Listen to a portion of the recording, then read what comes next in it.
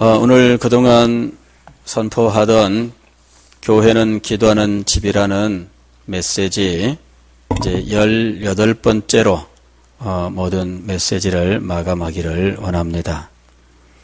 그동안에 우리는 교회는 만민의 기도하는 집이라 하는 우리 주님의 말씀을 통해서 무엇보다도 교회는 기도하는 기관이다 라고 하는 사실에 대해서, 그리고 우리가 가지고 있는 기도의 능력이 얼마나 크고 영광스러운지에 대해서, 또 주님께서 이 기도를 통해 정말 이루실 얼마나 크고 놀라운 이 부흥에 대해서, 또한 교회에게 주신 최후 승리에 대해서 함께 생각을 했습니다.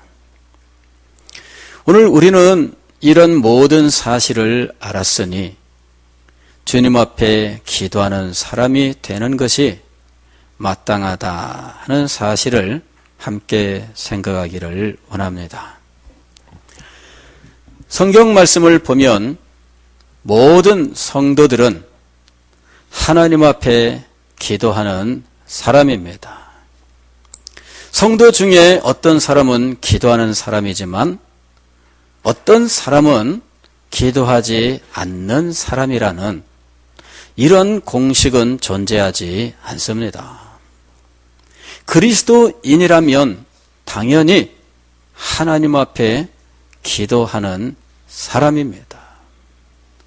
문제는 자신이 그리스도인이라고 자처하면서도 막상 기도하지 않는 우리들의 모습에 있습니다.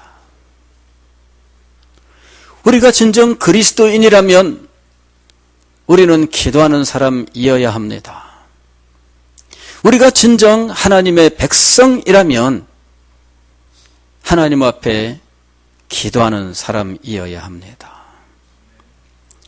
이방 종교를 믿는 사람들 가운데에도 기도의 열심을 품고 전국 방방곡곡 산마다 골짜기마다 샘터마다 심지어는 바닷가 구석구석까지 기도의 불길을 밝히는 사람들이 얼마나 많은지 모릅니다. 개인적으로 가지고 있는 그 자기 소원과 자기 삶에 닥친 위기를 놓고 기도하는 이 기도의 본능으로도 기도하는 사람들이 그렇게 많은데, 예수 그리스도의 보혈의 공로로 구원을 얻고 하나님의 사랑으로 그의 자녀가 되었다고 하는 사람들이 기도할 줄 모른다면, 문제는 그가 그리스도인이 아니든지 착각하고 있든지 아니면 그의 영혼에 심각한 질병이 있든지 둘 중에 하나입니다.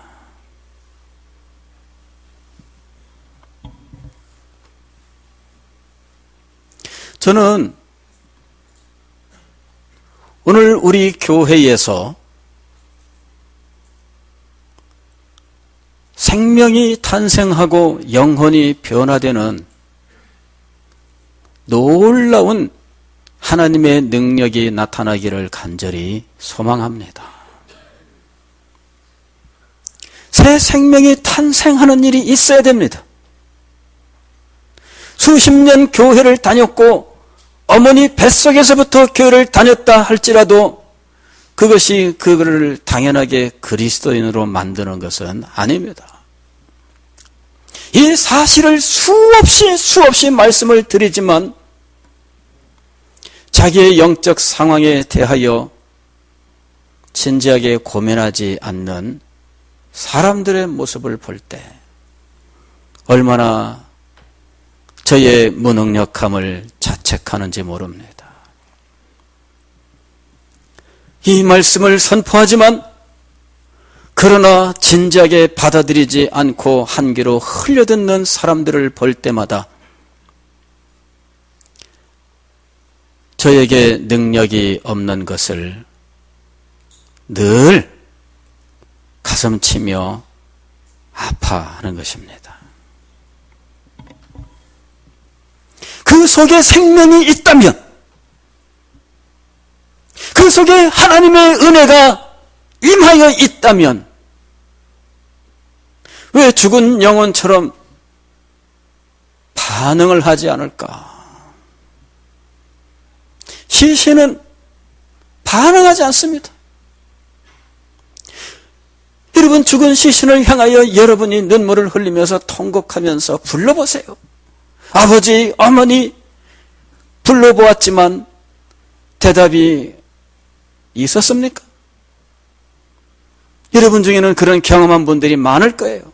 아버지, 어머니 아무리 외쳐 부르고 몸을 흔들고 손을 잡고 흔들어 보아도 대답이 없어요. 반응이 없어요.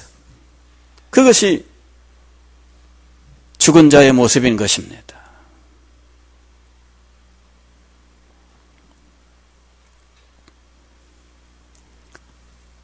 하나님의 말씀에 반응할 줄 모르고 하나님 앞에 기도할 줄 모르는 영혼이라면 당연히 그 영혼의 상태에 대해서 염려해야 됩니다. 이것은 말씀을 선포하는 사람이 염려하고 걱정하고 그가 유일하게 가지고 고민해야 되는 문제가 아닙니다. 이것은 우리 모두가 함께 붙들고 고민하고 기도해야 될 중요한 문제인 것입니다.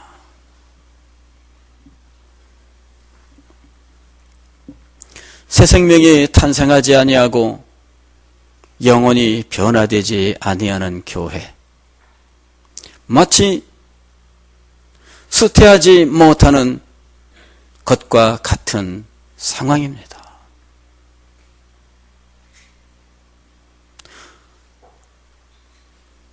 오랜 세월 동안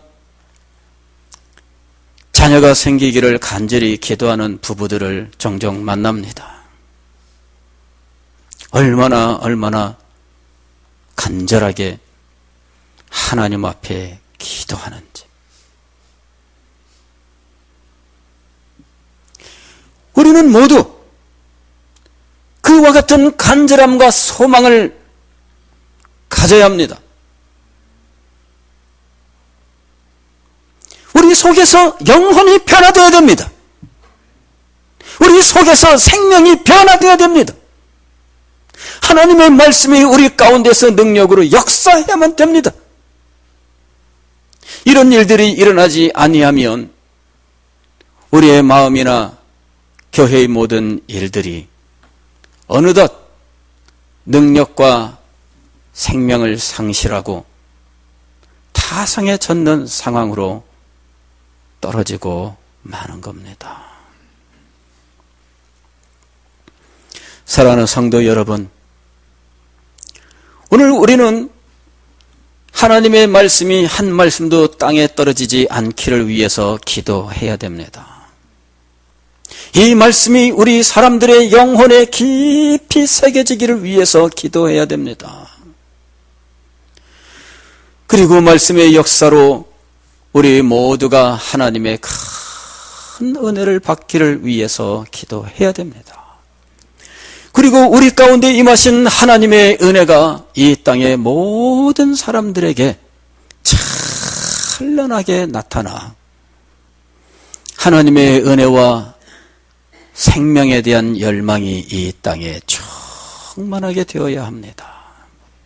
이것을 위해서 우리가 주님 앞에 더 힘써 기도해야 하는 것입니다. 교회는 기도하는 집이라고 하는 이 메시지는 바로 이렇게 하나님께서 주시는 거룩한 뜻을 마음에 품고 힘써 주님 앞에 기도할 것을 여러분들에게 권면하는 메시지였습니다. 그렇다면 당연히 이 말씀을 붙들고 하나님 앞에 나아가 기도해야 되지 않겠습니까? 그러나 말씀을 선포하기 전이나 지금이 차이가 없다면 이것은 심각한 문제인 것입니다. 오늘 예수님께서 제자들에게 이렇게 말씀하셨습니다. 누가복음 18장 1절 이하의 말씀을 보면 예수께서 그들에게 항상 기도하고 낙심하지 말아야 할 것을 비유로 말씀하여 그리스도인들에게 예수님께서 주신 교훈은 항상 기도하라. 항상 기도하라. 항상 하나님 앞에 기도하되 낙심하지 말고 계속해서 끊임없이 기도하라. 이렇게 말씀하고 계십니다. 그러시면서 우리들의 기도는 얼마나 탁월한지에 대해서 말씀하고 계십니다.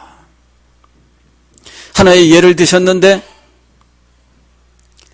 원한을 가진 한 가난한 과부가 자신의 원한을 풀기 위하여 재판장에게 호소하였는데 이 재판장이 하필이면 불의한 재판장이었습니다.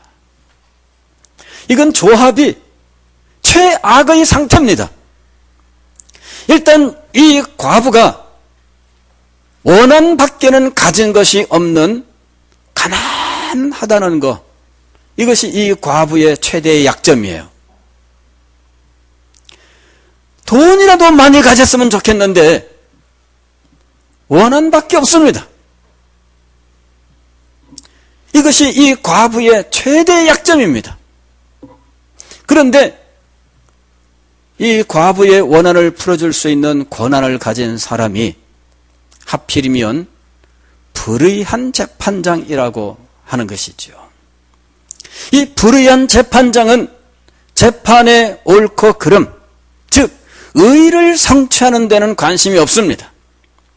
이 재판을 통해서 자신이 얻는 유익에 대해서만 관심을 갖습니다. 재판을 통해서 누가 억울하게 되었느냐, 그것은 관심이 없어요. 이 사람은 이 재판 과정에서 자기에게 더 많은 이익이 생길 것을 기대하고 그것만을 추구하고 있습니다. 그리하여 그를 불의한 재판장이라고 말한 거예요. 원한 이외에는 가진 것이 없는 이 가난한 과부는 불의한 재판장을 만나면서 더욱더 비참한 상황이 된 겁니다. 그의 이 원한을 해결할 수 있는 가능성은 더욱더 멀어진 겁니다. 그런데 예수님의 말씀을 통해 비유를 우리가 가만히 살펴보면 이 여인이 자신의 원한을 풀었다는 것입니다. 아니, 자기 자신이 가지고 있는 이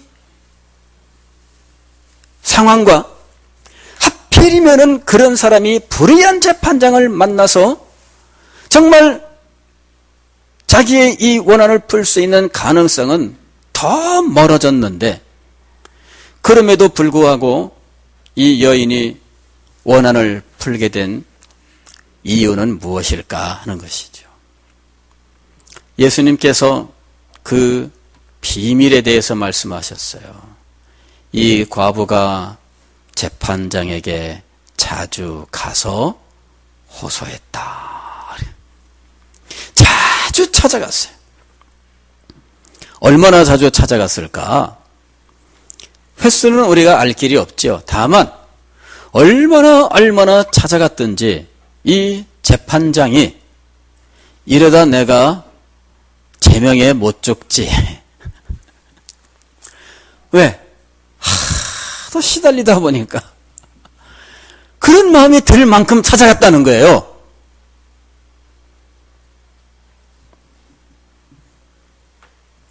그러면서 오늘 우리가 읽은 7절 말씀에서 하물며 이렇게 말씀하셔요. 즉 우리가 하나님 앞에 기도하는 기도자로서 원한 밖에는 가진 것이 없는 이 가난한 과부와는 비교할 수 없는 탁월한 상황에 있다라고 하는 것이죠.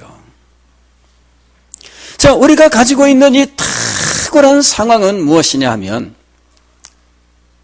하나님이 우리의 기도를 들으신다는 거예요.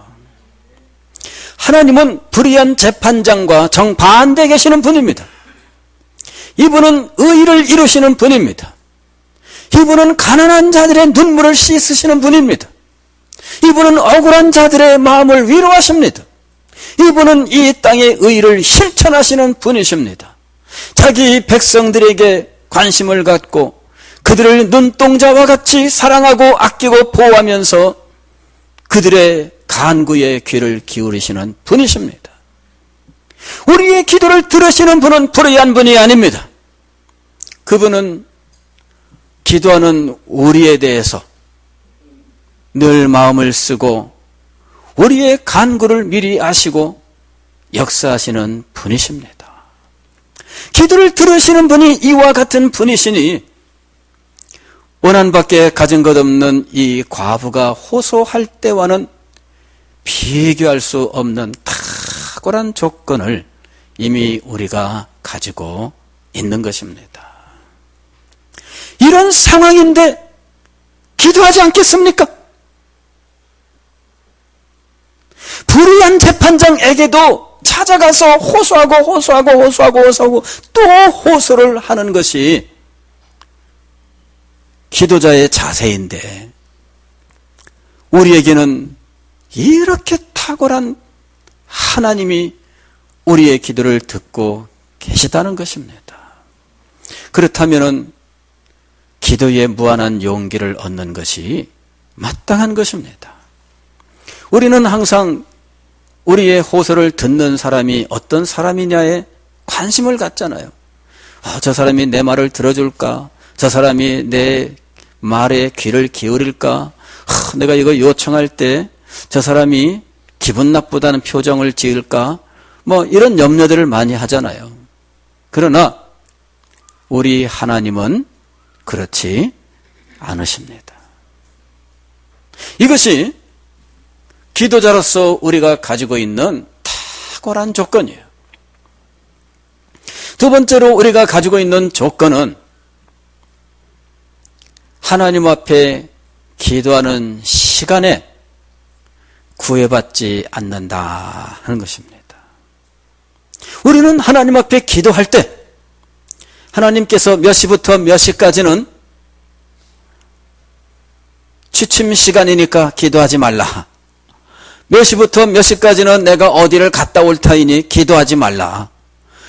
그래, 이렇게 하나님께서 제한을 걸어놓지 않으셨다는 겁니다.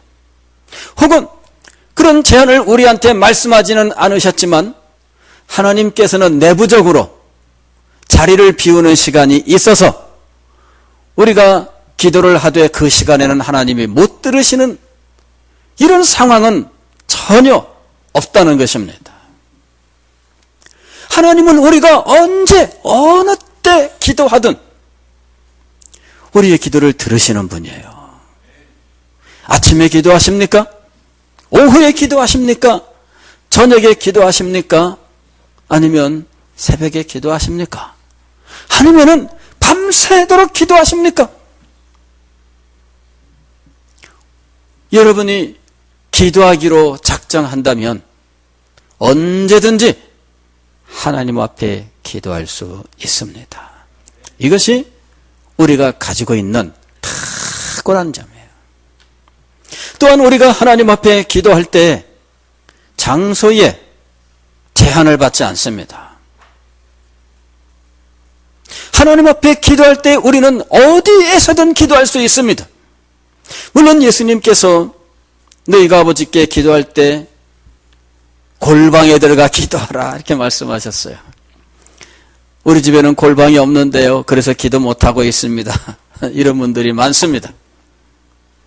그러나 여기 골방은 우리가 기도하기를 원하는 모든 장소를 말하는 거예요.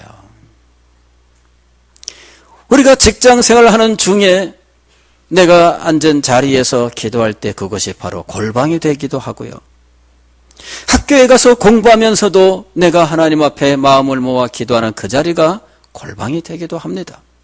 골방이란 우리가 마음을 모아서 하나님 앞에 전심으로 기도하기를 원하는 모든 것이 골방이 되는 것입니다. 하나님 앞에 기도할 때 하나님은 우리가 기도하는 어느 곳에서든 우리의 기도를 들으십니다. 사람들은 특별한 장소에 가면 더 기도를 쉽게 응답받는다고 믿습니다. 우상 숭배하는 사람들은 당연히 그런 생각을 갖고 있지요. 우리나라 산마다 골짜기마다 바다가 해안 무슨 바위 틈마다 기도하는 사람들이 얼마나 많은지 몰라요. 그리고 그 기도 장소마다 영험한 제목들이 있어요. 어디에 가면 취직의 최적의 기도 장소, 어디 가면 결혼, 어디 가면 출산, 어디 가면 대학 입시, 어디에 가면 사법고시, 어디 가면은 질병, 전국에 영험하다고 하는 기도 처소가 있어요. 그래서 자기가 가진 소원에 따라서 기도 장소가 바뀝니다. 병 고치기를 원하십니까? 그렇다면은 질병을 잘 고치는 기도 처소를 가야 돼. 취직하고 싶으십니까? 그럼 거기를 가야죠.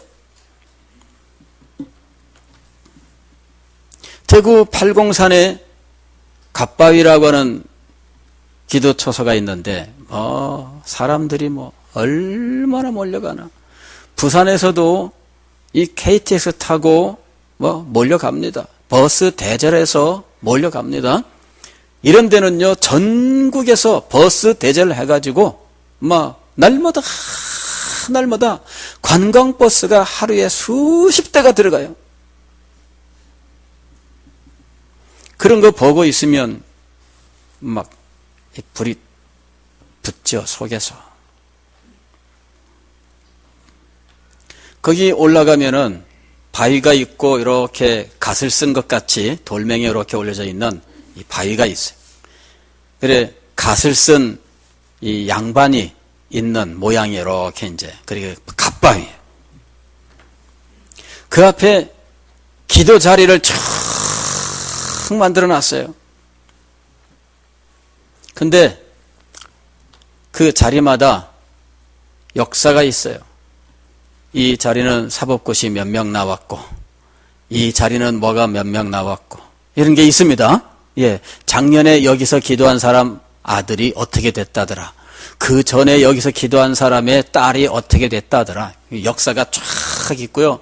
기가 막히게도 그 역사를 사람들이 다 꿰고 있는 거예요. 이래 가지고 자기의 기도 소원에 따라서 그 자리 쟁탈전이 벌어져요. 일찍부터 예약하는 거예요. 저 자리 예약하고 돈 내고.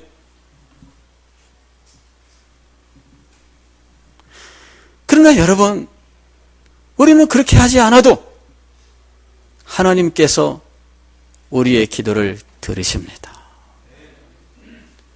기도의 응답은 장소에 달려있는 게 아닙니다.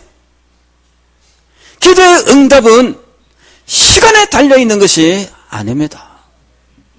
문제는 무엇인가? 믿음이에요. 믿음. 오늘 8절 말씀을 보면 우리 주님께서 이렇게 말씀하십니다. 내가 너희에게 이르노니 속히 그 원한을 풀어주시리라. 이건 속히 기도 응답하시리라 이 말씀입니다.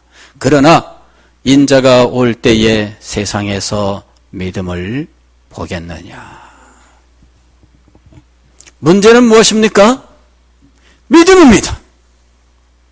우리에게 기도자가 되게 하셨고, 그리고 우리의 기도를 들으시는 하나님, 기도 응답의 약속을 수없이 하신 하나님, 그리고 장차 크고 놀라운 일을 이루어 주실 것이라고 약속하신 그 하나님이 계십니다.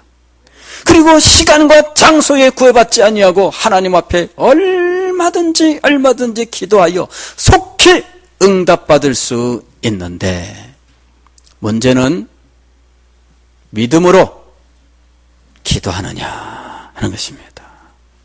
믿음으로 기도하십니까? 여러분 왜 있잖아요. 멍석을 깔아주면 안 한다고. 이렇게 기도에 탁월한 조건을 하나님께서 우리에게 허락해 주셨는데 우리는 배가 불렀어요. 기도하자 그래도 안 해.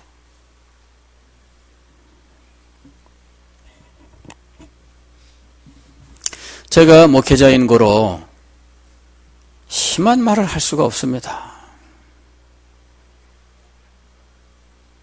그러나 속에서 불이 올라오지 않는 건 아닙니다. 심한 말을 하면 그 후에 반작용이 올 것이기 때문에 목회가 안 돼요. 어떻게 해야 될까요? 무슨 방도가 있을까요? 제가 주님 앞에 엎드려 기도했습니다. 주님, 방도가 있습니까? 목소리를 높일까요? 이름을 하나하나 찝어내서 창피를 줄까요? 어떻게 해야 되겠습니까, 여러분? 하나님 앞에 답답해서 기도합니다. 뭐란 말을 하면은 앙심 품거나 오해를 하거나 이러는 일들이 반복되고 어떻게 해야 될까요? 저는 여러분 미워하지 않아요. 그냥 하나님의 말씀을 붙들고 여러분의 영혼을 보고 안타까워할 뿐이에요. 그러나 어떤 사람들은 나를 미워한다, 나를 싫어한다, 그런 마음을 갖고 있는 거예요. 하나님 앞에 기도합니다. 하나님, 어떻게 해야 되겠습니까?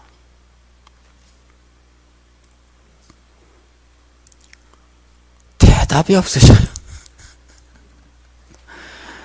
답을 빨리 일러주시면 좋겠는데 빨리 일러주시질 않으셔요. 조급한 마음에 또 기도해 봅니다. 하나님, 어떻게 하면 좋을까요? 권면해라. 기도의 기회를 제공해라. 또 말하고 또 말하고 또 말하라.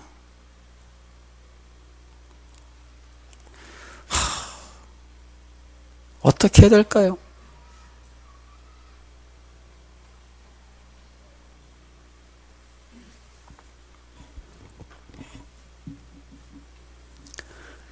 사랑하는 성도 여러분, 우리에게 기회가 언제나 있는 거 아닙니다. 주님께서 우리에게 기회를 언제까지나 주시는 거 아니에요. 문이 닫힐 때가 와요. 역사적으로 이 세상의 종말이 문이 닫히는 때입니다. 개인적으로는 우리의 육신의 생명이 끝나는 때가 문이 닫히는 때겠지요. 그러나 그 전에라도 우리의 영혼이 하나님의 은혜를 받지 못하면서 문이 닫히는 순간이 올 수 있어요.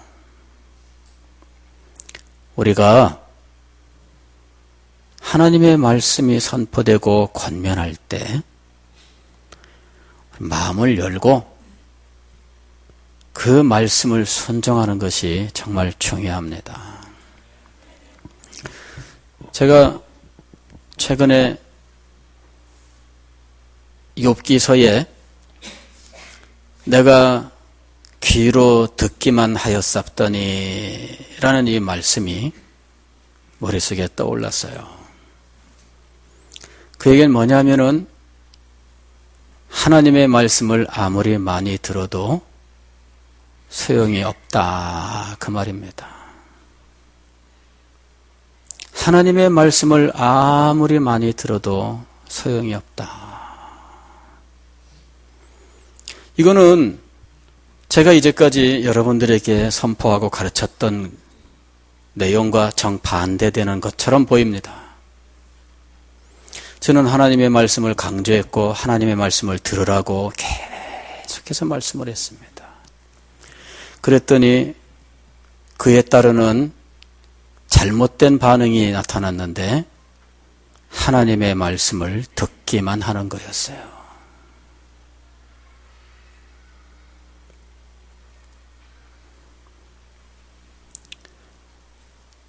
이게 심각한 질병입니다. 하나님의 말씀을 여러분이 들으셨다면 들은 말씀만큼 하나님 앞에 기도하셔야 됩니다. 1시간 하나님의 말씀을 들으셨습니까? 그렇다면 1시간 하나님 앞에 기도하셔야 돼요. 2시간 하나님의 말씀을 들으셨습니까? 그렇다면 2시간 하나님 앞에 기도하셔야 됩니다. 어떤 사람은 일주일에 20시간 말씀을 듣죠. 인터넷에서 온갖 종류의 설교 다 듣죠. 그만큼 기도하지 않으면 그 사람은 그 들은 말씀 때문에 오히려 잘못됩니다. 비밀은 어디에 있느냐 하면 말씀을 들은 것만큼 기도하느냐 하는 것이었습니다. 말씀에 기도가 따라가지 않으면 들은 바 그 말씀 때문에 그 사람의 영혼이 잘못되는 겁니다. 믿습니까? 아멘이 없어요.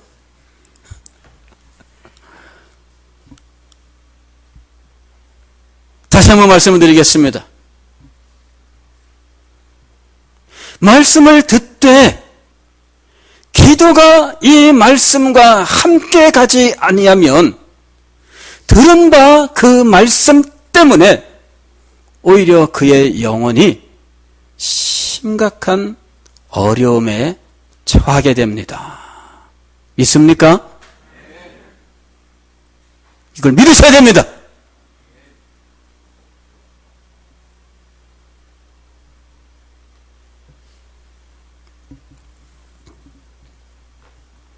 우리는 기도에 대해서 새롭게 결심을 하고 새로운 소망을 가지고 기도해야 됩니다. 주님께서는 우리 교회를 위하여 축복하신다면 교회를 위하여 먼저 기도자를 세우십니다. 교회가 하나님 앞에 축복받는 길이 무엇인가? 하나님께서 교회를 축복하시는 증거가 무엇인가?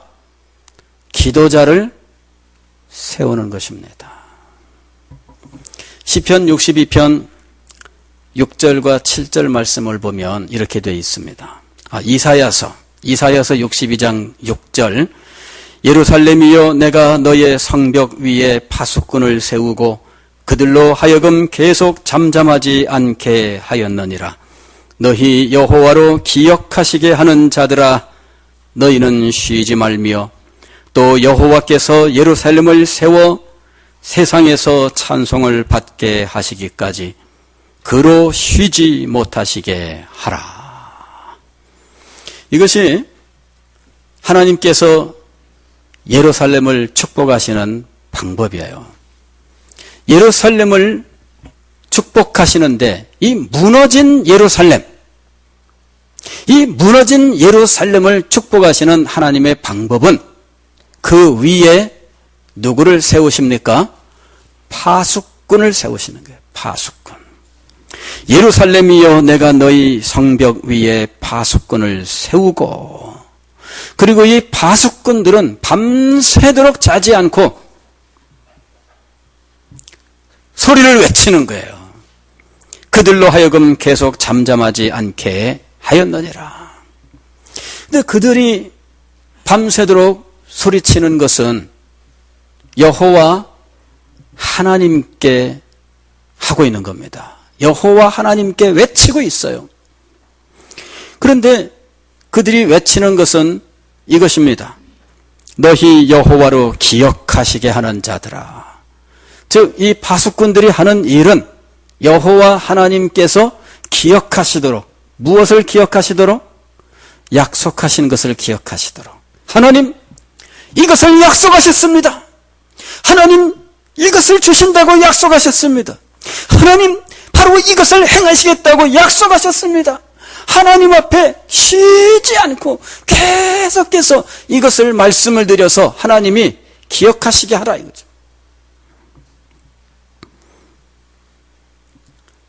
또 여호와께서 예루살렘을 세워 세상에서 찬송을 받게 하시기까지, 이 말은 뭐냐면은 하나님께서 예루살렘을 회복하시되 영광스럽게 회복시키셔서 세상의 모든 나라와 모든 도시들이 예루살렘을 보고 깜짝 놀라면서 정말 대단하다 이렇게 감탄하고 그것을 이루신 하나님께 찬송을 돌리게 되기까지 여호와 하나님으로 하여금 쉬지 못하시게 하라. 즉, 교회의 최후 승리를 하나님께서 약속하셨는데 이 약속을 하나님 앞에 끊임없이 쉬지 않고 기억하게 상기시킴으로 하나님께서 그 일을 반드시 성취하시기까지 쉬지 못하시게 하라 이거죠. 이 사람들이 예루살렘 성벽 위에 세우심을 받은 파수꾼들이에요. 하나님께서 예루살렘을 회복시키시고 이 예루살렘에 한량없는 은혜와 복을 베푸실 때 하나님께서 행하시는 일은 파수꾼을 세우시는 일입니다. 오늘 우리는 우리 서대신 교회가 주님께 큰 복을 받고 이 시대를 위하여 주님 앞에 쓰임받기를 원합니다. 그런데 그 일은 그냥 이루어지는 것이 아니에요. 파수꾼들이 일어나야 되는 거예요. 파수꾼들이. 오늘 우리는 우리의 가정과 우리의 자녀들을 위해서 간절한 소망들을 가지고 있습니다. 그러나 하나님께서 그 가정을 축복하신다면 가장 먼저 행하시는 일이 무엇이냐 하면 그 가정을 위하여 기도자를 세우시는 일입니다. 여러분의 가정을 위하여 밤낮 부르짖는 기도의 사람이 있습니까? 여러분의 가정을 위하여 파수꾼이 되어서 기도하는 사람이 있습니까? 하나님께서 축복하시는 방법입니다. 사랑하는 성도 여러분, 오늘 우리가 주님 앞에 복을 받는 길이 어디에 있는지를 알아야 됩니다. 우리가 가장 안타까워해야 할 일은 파수꾼이 없는 거예요. 파수꾼이 없는 거예요. 이거를 안타까워해야 됩니다. 사랑하는 성도 여러분, 우리는 우상 종교를 믿는 사람들과 비교할 수 없는 가장 탁월한 기도의 조건을 가지고 있습니다. 그렇다면 믿음으로 하나님 앞에 나와서 기도합시다. 그리고 하나님께서 우리를 위해서 작정하고 계시는 크고 놀라운 축복들을 받아 마음껏 누리시는 여러분이 되시기를 주의 이름으로 축원합니다.